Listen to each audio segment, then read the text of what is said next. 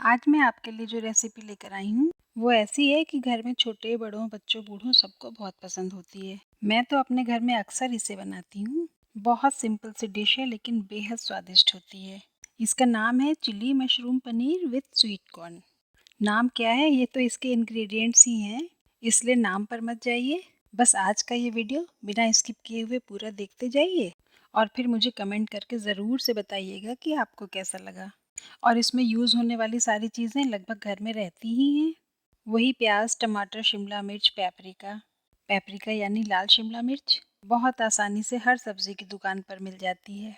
मैं तो ये मानती हूँ कि किसी भी डिश का रहस्य सही प्रोसेस को फॉलो करने में होता है। तो आज आप भी इस सीधी-सादी सी रेसिपी के स्टेप्स को फॉलो करिए और एक बेहतरीन सी डिश का मज़ा उठाइए। तो चलिए सबसे पहले हम इसमें डालने के लिए एक स्पेशल कढ़ाई मसाला तैयार कर लेते हैं। इसके लिए आप 1 टेबलस्पून साबुत धनिया लीजिए, जीरा, महीन वाली सौंफ, काली मिर्च, छोटी इलायची या हरी इलायची और इन सबको बहुत हल्का सा बस खुशबू आने तक रोस्ट कर लेना है। अगर आप मेरे वीडियोस रेगुलर देखते हैं तो हाथ से रोस्ट करने का राज तो जान ही गए होंगे। फ्लेम ऑफ करने के बाद हम इस पर कसूरी मेथी और चिली फ्लेक्स डालेंगे, क्योंकि ये दोनों चीज़ें आंच लगते ही जलने लगती हैं। इनको रोस्ट करने के लिए कढ़ाई की हीट काफ़ी है। और ये हमने इसका एक फाइन पाउडर तैयार कर लिया। इसको आप ये चिली मशरूम पनीर में ही नहीं, किसी भी स्टर फ्राई सब्जी में जैसे भिंडी, परवल, किसी भी सब्जी में यूज कर लीजिए। ये सबके टेस्ट को बढ़ा देता है। अभी हमें यहाँ प्याज को 2 तरीके से काटना है। पहले तो हम एक प्याज को डाइसेस में काटेंगे, यानी कि मोटे मोटे टुकड़े काट करके उसकी सारी लेयर्स अलग कर लेंगे।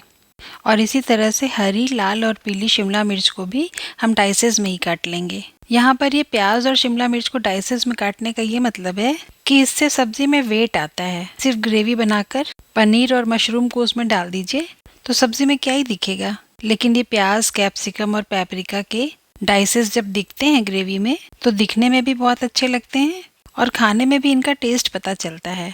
अब हमको यहाँ पर एक बहुत बड़ा काम करना है और वो है मशरूम की धुलाई। क्योंकि मशरूम मिट्टी में डायरेक्ट उगते हैं, इसलिए अक्सर इनमें मिट्टी लगी ही रहती है। इसलिए मैं तो मशरूम को सिर्फ सिंपल पानी से नहीं बल्कि थोड़ा सा आटा लगाकर धोती हूँ। मशरूम को हल्का सा गीला करके उस पर थोड़ा सा आटा लगाइए और उस पर अच्छी तरह से मल दीजिए। फिर इसके बाद इसको साफ पानी से अच्छी तरह से धो दीजिए। तो आप देखेंगे कि मशरूम पे लगी हुई सारी गंदगी बहुत अच्छी तरह से साफ होकर के धुल जाती है और आपको बिल्कुल रेडी टू कुक मशरूम मिल जाते हैं।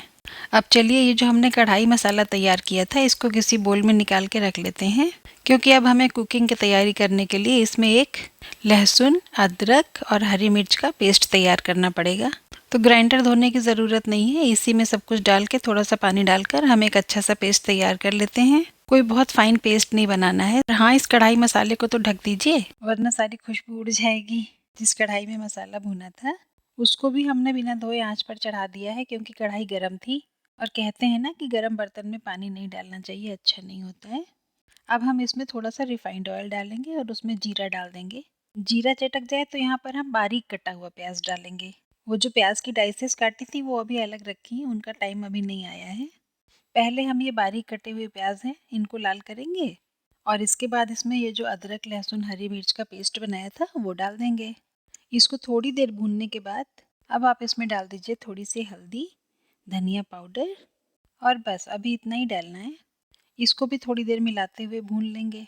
ये चिली मशरूम पनीर अक्सर लोग ऑलिव ऑयल में या फिर बटर में बनाते हैं, लेकिन इन दोनों ही चीज़ों को तेज़ आंच पर बहुत ज़्यादा जलाना नहीं चाहिए, इसलिए मैंने रिफाइंड ऑयल लिया है। और इसी अदरक, लहसुन, मिर्ची वाले ग्राइंडर में अब मैं टमाटर का पेस्ट बना लेती हूँ।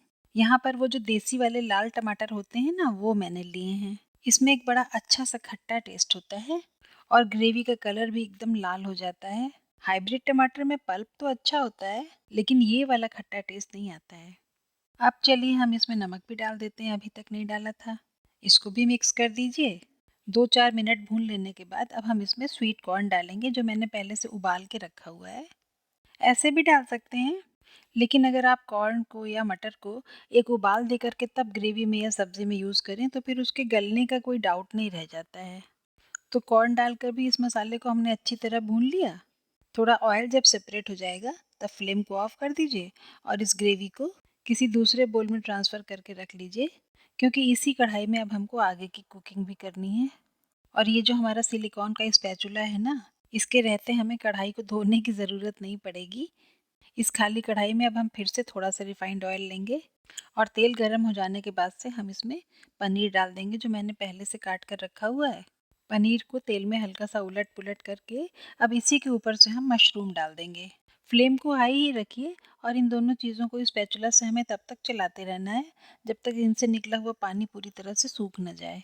हाई फ्लेम पर मशरूम से और पनीर से काफ़ी अच्छी मात्रा में पानी निकल आता है, लेकिन 2-4 मिनट में ही सूख भी जाता है। अब इसमें प्याज और कैप्सिकम मिलाने की बारी है, जो हमने सबसे पहले काट कर रखे थे। वो सारे के सारे इस पनीर और मशरूम के ऊपर से डाल करके मिला देना है। मुझे लगा मैं एक साथ इतना सारा कंटेंट मिला नहीं पाऊंगी, इसलिए हाफ पहले डाल करके मिला लिया है और बाकी का हाफ बाद में डाल करके तब ठीक से मिला लूँगी। सारा सब कुछ जब अच्छी तरह मिक्स हो जाए तब इसमें थोड़ा नमक डालिए। नमक पहले भी डाला गया था लेकिन वो ग्रेवी के हिसाब से था। अब इतनी सब्जियां पड़ी हैं इसलिए थोड़ा और नमक डाला, चिल्ली फ्लेक्स डाले और फिर से सबको मिक्स करिए। फ्लेम को अभी हाई ही रखना है। ये जो डिश हम लोग बना रहे हैं ये ओरिजिनली चाइनीज़ डिश है और चाइनीज़ डिश की सबसे बड़ी खासियत ये होती है कि इसमें कभी भी फ्लेम को लो नहीं किया जाता है, क्योंकि उसमें जितनी भी चीज़ें यूज़ की जाती हैं सब स्ट्रॉन्ग फ्लेवर वाली होती हैं। तो अगर उनको हम लो फ्लेम पर मिक्स करेंगे तो उनका फ्लेवर स्ट्रॉन्ग ना रह करके थोड़ा सा सॉफ्ट हो जाएगा।